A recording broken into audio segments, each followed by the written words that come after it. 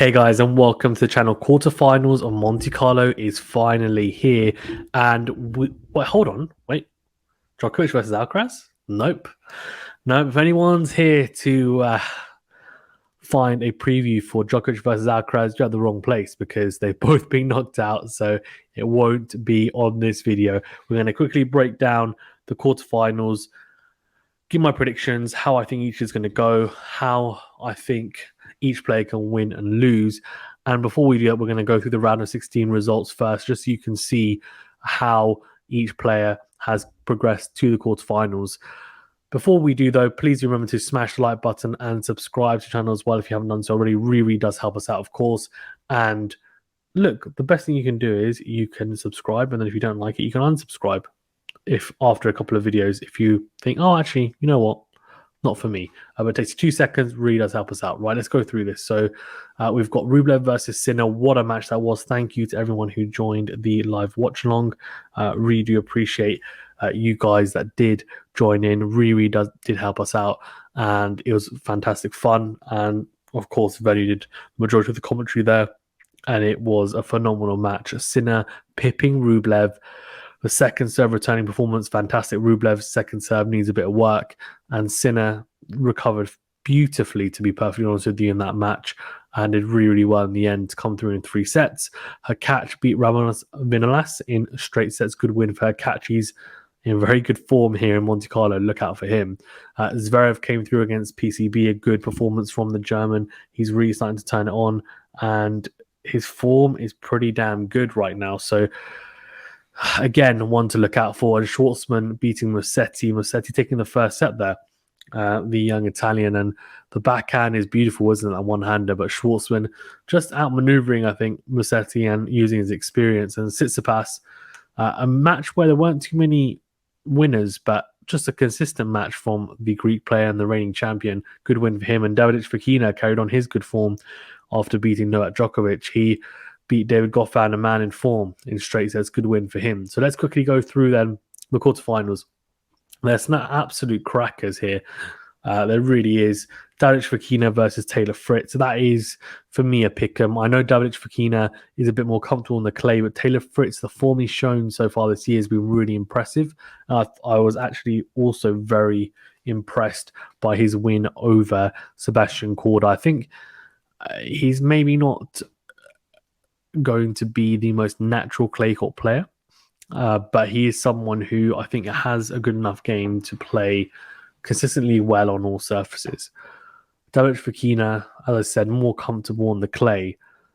It's a really tough one to call, to be perfectly honest with you. The physicality of the match, you would imagine, will favour Davidovich Fokina, but if Fritz can manage to get the forehand firing, the backhand is always sturdy.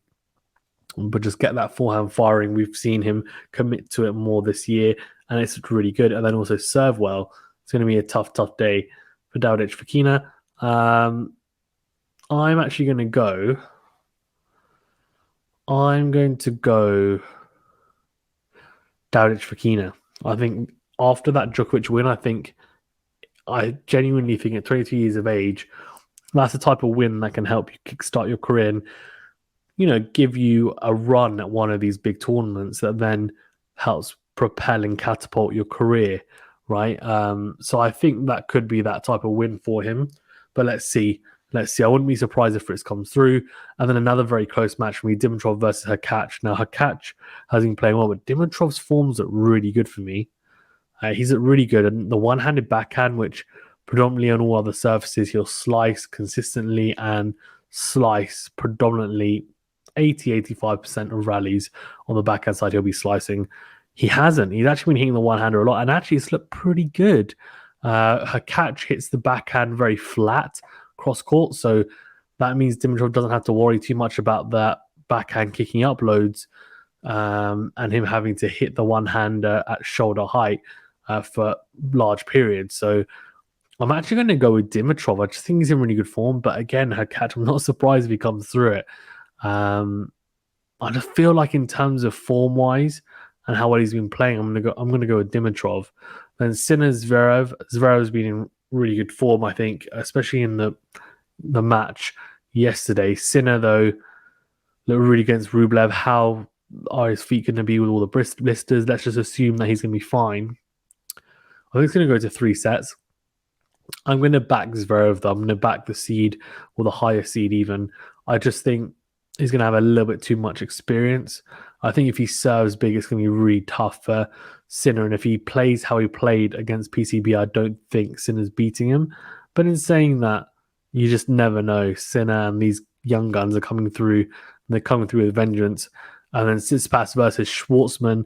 For me, Tsitsipas will have way too much for Schwartzman. That's just my 2 penny worth on that, or 2 pennies worth on that. Schwartz was a very good and accomplished clay court player, but for me, Tsitsipas, he was just at home on the clay. He really is. He's the reigning champion, and he's the reigning champion for a reason. He loves playing here in Monte Carlo, and he's just playing some consistent tennis. And I think he's starting to really grow early doors here in the clay court season, so he'll be happy to hopefully get the win. So if, in my estimation, that would be Davidovich Fokina versus Dimitrov in one semi-final and Zverev versus Tsitsipas in another. So we'll see how that pans out, but that's all from me. In terms of some dynamics to look out for, Hurkacz loves to come to the net, so we'll start with Hurkacz, Dimitrov first. And I don't... It's an interesting one because people say that's not really the type of, tennis you want to play on clay, but you just have to be very effective with it, and the approach shot needs to be fantastic. You need to choose the right opportune moments.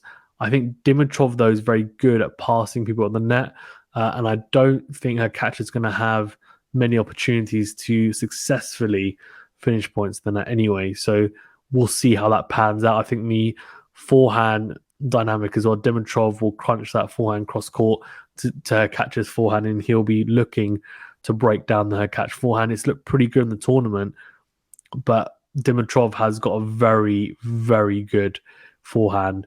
For me, it's an absolute class weapon. So that will be an interesting matchup tactically. And the serve return dynamic is always important, of course. If Hurkacz serves really well, it's going to be hard for Dimitrov, no doubt. Dimitrov also needs to have a good serving day for sure. Needs to make as many first serves as possible, and then make as many forehands on the serve +1. For Davidovich Fokina, I think he needs to make it as physical as possible. I think Fritz will be able to keep with him, but Davidovich Fokina needs to be very, very, I think, solid is the main word, really. He needs to be able to get Fritz in uncomfortable positions. He needs to return well. Fritz is a very big server. And I think he also then needs to look after his service game, hit his spots, and make sure Fritz doesn't have large inroads in his own service games. Sinner Zverev, I think for me, it's almost the battle of backhands. We're both players with phenomenal two-handed backhands, and the backhand to backhand dynamic will be great. We might actually see a lot of forehand rallies because, for me, personally, I think those are the weaker flanks for both. So you might see Zverev going cross-court a lot and Sinner going a lot cross-court with the forehands. And then that could be the battle of the forehands, whose forehand breaks down first. The other issue, I think, for Sinner will be serve. Now, Zverev's a very good returner and he's a big server. Sinner is a good returner. It's not a particularly big server. So that serve return dynamic, you'd imagine Zverev's going to have the upper hand. But you just never know, to be perfectly honest with you. And then Zverev's been coming to the net nicely as well. That's something that Sinner is going to have to look out for and try and stop Zverev from coming to the net. He's going to have to hit very deep Sinner and make sure that Zverev is uncomfortable on the run, especially on the forehand side. Then he'll have some success. For Schwartzman, Tsitsipas, I think Schwartzman is quite difficult. I think he's going to have to be really, really consistent, and then he's going to have to try and draw errors out. Tsitsipas, for me, if he can really rip that backhand cross court or forehand on the line with good coverage, huge topspin, Tsitsipas, look, I mean, he doesn't mind the ball popping on his backhand, but it's still not an ideal shot to hit with a one-hander. And that's something he needs to target. And I think, again, Schwartzman needs to have a good returning day. Tsitsipas can get 3 points on that first serve. And then for Tsitsipas, he needs to be attacking the Schwartzman serve, especially the second serve. He needs to be stepping in, trying to be more aggressive on it. But we'll see what he can do. So yeah, really, really interesting matches ahead. Cannot wait. But yeah, thanks very much, guys, for tuning in. Please remember to smash the like button and subscribe to the channel if you haven't done so already. We'll see you guys soon. We'll hopefully be doing at least one more watch along for Monte Carlo Thanks very much, guys. Stay safe and well, and we'll see you on the next video.